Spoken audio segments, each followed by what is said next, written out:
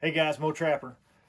So this past weekend was the Missouri Trappers Association Fall Rendezvous. It was in St. Robert, Missouri this year, and I had a great time. I went for a little bit on Friday evening, and then I went pretty much all day Saturday. I was there and saw a bunch of people, met a bunch of new people, um, met some guys from the Missouri Trappers Facebook forum. Some folks came up and said hey that recognized me from the channel, which was pretty awesome. And I apologize. This getting recognized thing is very, very new to me. So I apologize if I was awkward or if I made it awkward. I didn't mean to. And I'll try to do better on that in the future. But anyway, had a great time. Got to talk to Darren Cheek at Ozark Mountain Lures. You know, he still makes some of my favorite stuff. Got to talk to Lee Rusat with Rusat Bait and Lures. I love his Bobcat urine and that hot shot. Got to talk to Leon Winchell at Top Lot Stretchers. And I actually got some more stretchers for this season. Kendall Obermeyer wasn't there. It was actually his brother was there for No BS, but got some raccoon bait from him and had a good talk with him too.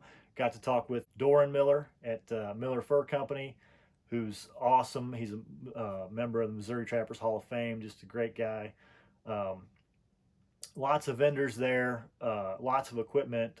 Minnesota Trapline Products had all their stuff there. Got some earth anchors from them. So it was a good time. Lots of great demos, lots of great products. It was just a really, really good time, and I hope everybody that went had a good time. I encourage you to become a member of your Trappers Association, your states. If you're in Missouri or surrounding states and you trap in Missouri, please consider becoming a member of the Missouri Trappers Association. And whatever state you're in, consider becoming a member of your state organization, because they're the ones who have to, come up with the money to put that kind of thing on. And it's a good time. If you've never been to a trapping convention of any kind, I encourage you to go to one. They're a lot of fun. You can learn a lot. You can get a lot of products at really good prices. A lot of the vendors have show specials and things like that. So it's a really good time. And the demos are fantastic. Speaking of demos, so I got to see Lee Rusat's demo on Bobcats. That was great. And then he talked about coyotes for a while after that. And then I got to see kind of the big one that was kind of the big buzz before our rendezvous this year was Robert Waddell.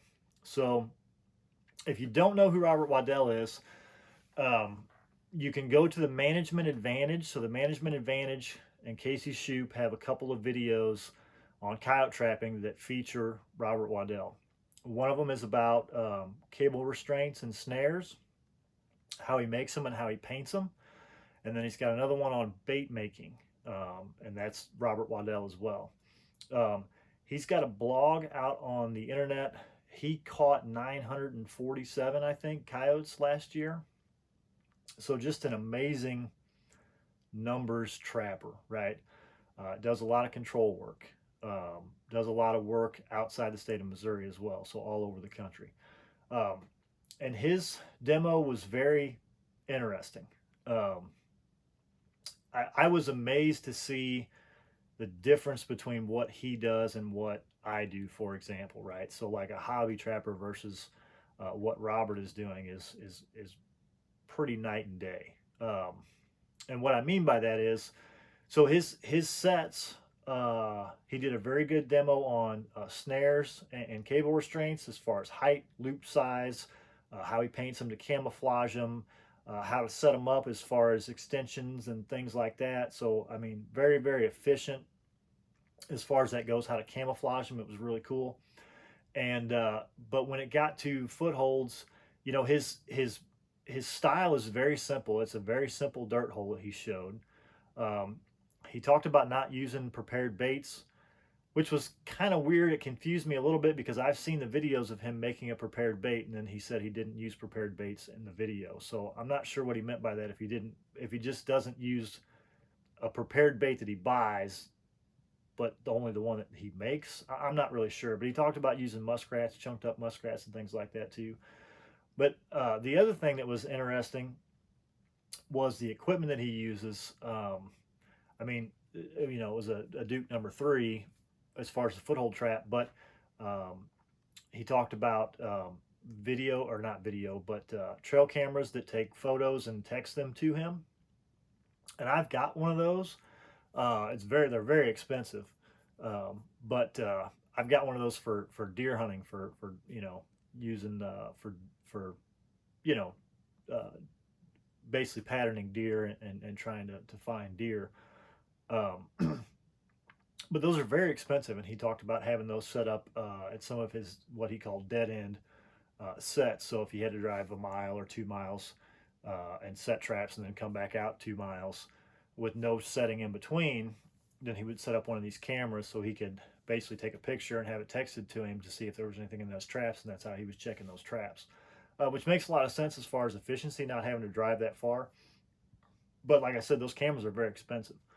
Um, the other thing that was strange, at least a little bit to me, was he had a box, and I mean, it worked through cellular service or GPS, or I'm not sure exactly how it worked, but basically it was a box, and he would put a weight on top of it and connect the snare to it, and then whenever it pulled out, whenever the cable was pulled out pulled out of that box that was connected to the snare, um, it would then send him a cell phone text message to tell him that snare had been pulled. Right, so he had a catch basically, and he said each one of those boxes cost about $350.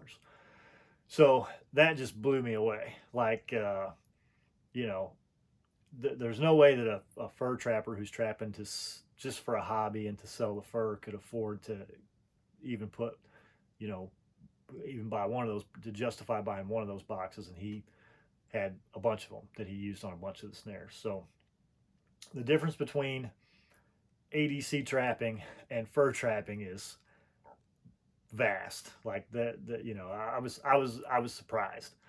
But anyway, obviously a phenomenal trapper. Obviously great at what he does, and obviously can charge a lot of money for what he does, just based on the equipment that he's using. So anyway, it was a really good time. I had a lot of fun. I hope anybody who came had a good time.